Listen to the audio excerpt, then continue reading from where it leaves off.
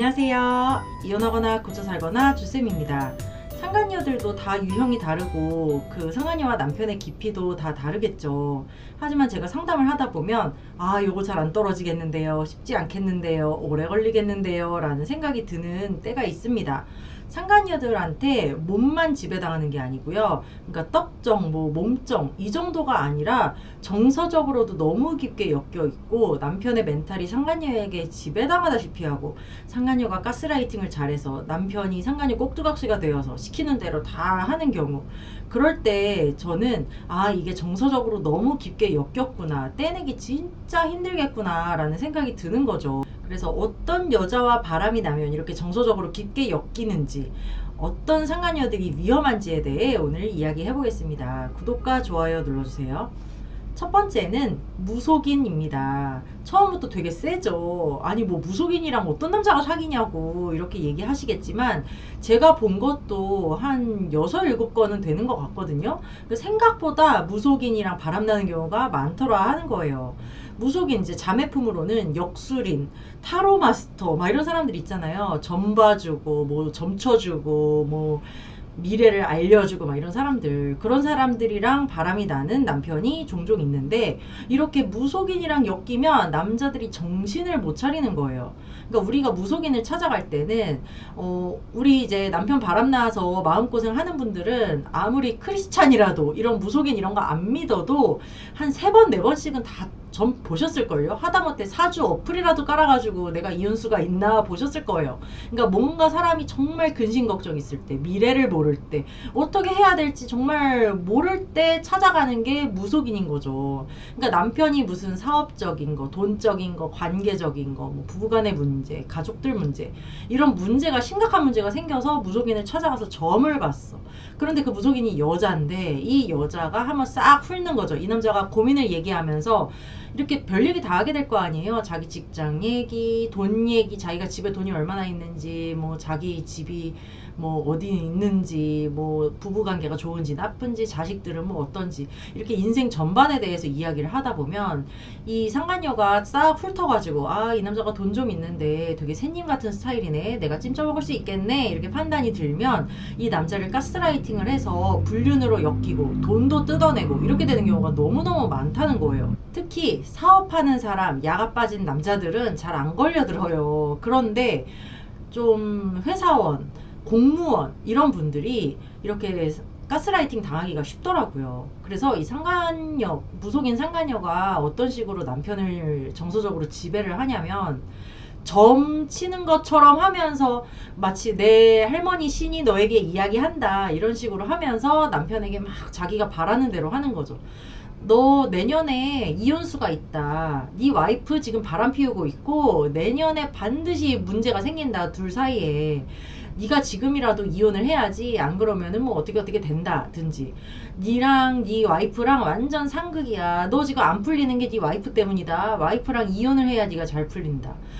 이거 뭐 궁합을 보니까 당신이랑 내가 아주 궁합이 좋다 막 이러면서 뒤에 있는 할머니 신 뭐 이런 신들, 그 잡신들을 업어가지고 점을 쳐주는 척을 하면서 이 남자를 정서적으로 지배하고 이래라 저래라 조종을 하더라는 거죠. 그러면 이미 이 가스라이팅 당한 남편은 이 무속인이 시키는 대로 해야 될 것 같고, 시키는 대로 안 하면 진짜 내가 삶아자 뒤질 것 같고, 진짜 이 무속인 말대로 내 와이프가 바람을 피우고 있는 것 같고, 이러면서 부부간에 없던 갈등도 생기고, 뭐 돈, 몸 뭐 이런 거 다 갖다 바치면서 무속인에게 충성을 바치게 되죠.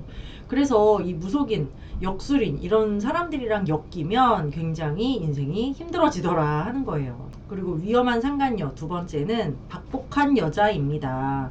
정말 제가 이 두 번째에 뭐라고 해야 될지 몰라가지고, 근데 어떤 그 한 유형이 머릿속에 떠오르긴 하는데 뭐라고 이름을 지어야 될까 하다가 박복한 여자, 사연 있는 여자 이런 생각을 하게 됐는데요. 돈 없는 이혼녀라든지 업소녀 출신이라든지, 뭐 나이가 많고 경제적으로 어려운 사람이라든지, 뭐 가족도 집도절도 없는 그런 사람이라든지 이렇게 뭔가 안정되지 못하고 가진 거 없고 사연이 있고 뭐 아픔이 있고 이런 여자들이랑 엮이면 남자들이 정신을 못 차리더라는 거예요. 내 새끼들 둘 셋씩 낳은 이 마누라한테는 책임감이 없고요. 이렇게 새로 만난 여자, 만난 지 얼마 안 됐는데 기고하고 박복한 사연 있는 여자에게 책임감도 느끼고 불쌍함도 느끼고 동정심이 막 발동해가지고 자기 있는 거 없는 거 다 털어서 갖다 바치면서 이 여자에게 충성을 다하더라. 특히 이런 남자들은 자기가 결핍 있는 경우가 많은 것 같아요. 자기가 어린 시절에 굉장히 가난하게 자랐다든지 현모스라에서 자라가지고 엄마가 너무 어렵게 사는 거를 보고 자라서 엄마한테 측은한 마음이 있다든지 엄마 사랑을 많이 못 받고 차별받고 컸다든지 이런 경우에 그 어떤 여자의 애정을 갈구하기도 하고 자기 엄마 닮은 사람, 자기의 옛날 모습을 닮은 사람에게 심하게 감정이입을 하면서 이렇게 다 퍼주면서 미안한 마음도 들면서 동정심도 생기면서 이 여자를 책임져야겠다 이런 마음까지 갖게 되더라는 거예요.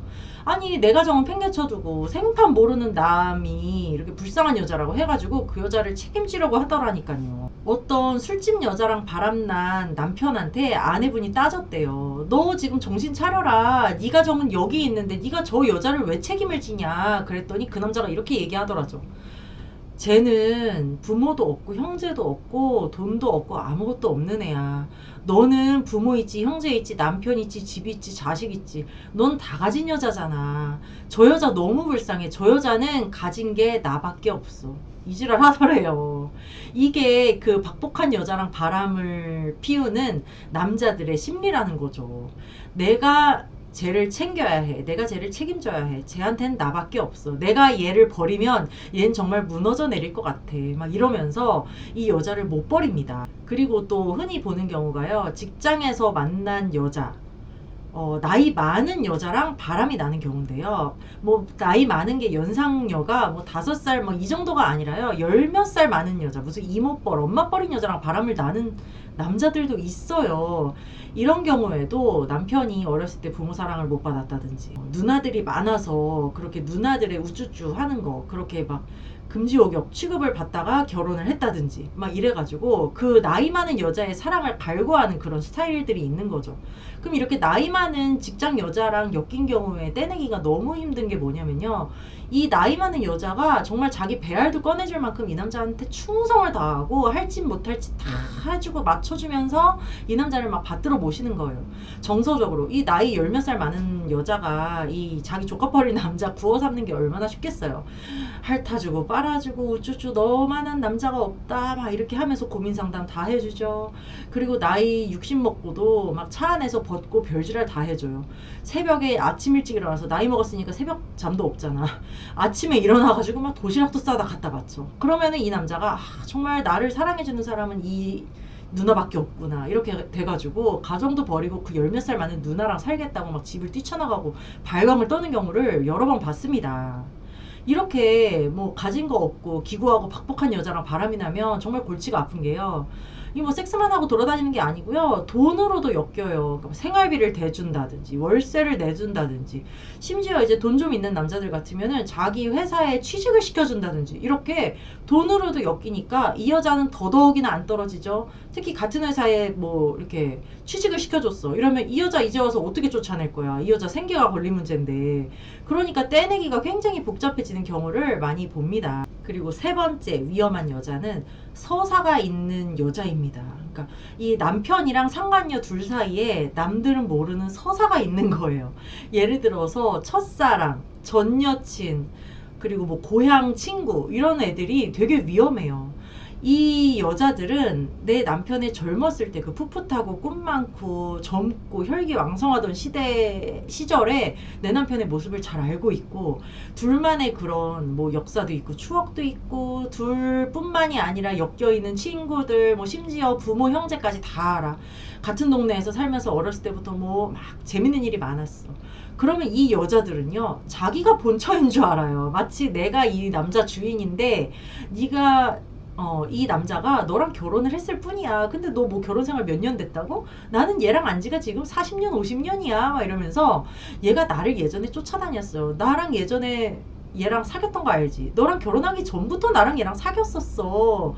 네가 얘에 대해 알면 얼마나 한다 그래. 약간 이런 태도로 본처를 또 대합니다. 그럼 아내분들이 눈이 뒤집어지는 거죠.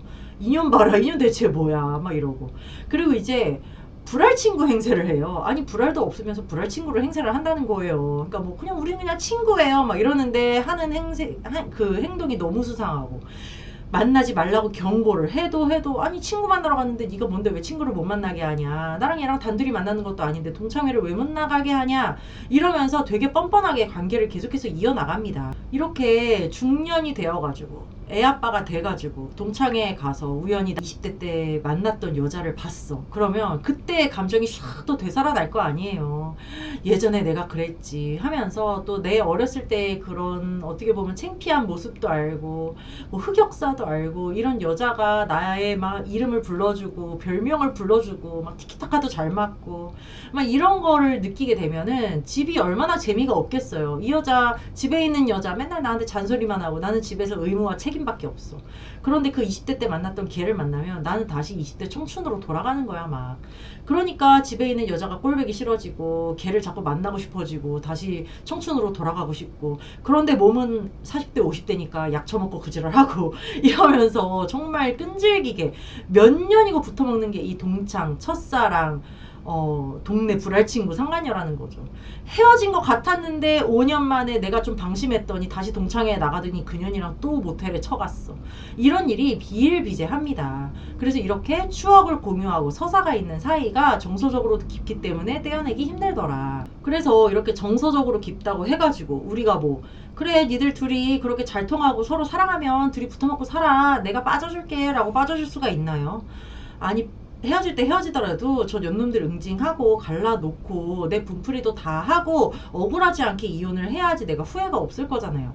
그래서 결국은 우리가 할 일은 똑같아요. 얘네들이 아무리 깊고 오래된 사이고 뭐 남편이 쟤한테 얼마나 가스라이팅을 당해 있든지 간에 우리가 할 거는 상간녀 응징하고 남편은 무시하면서 상간녀가 이 남자를 버리도록 계속해서 쳐내는 것 뿐인 거죠. 이렇게 정서적으로 상간녀랑 깊다라고 판단이 되면은 많은 아내분들이 겁을 지레 먹으시는 게, 내가 이 상간녀 치면 이 남자가 당장 뛰쳐나갈 것 같은데, 상간녀 소송하면 이혼하자고 할 것 같은데 이러면서 겁을 먹으시는데요.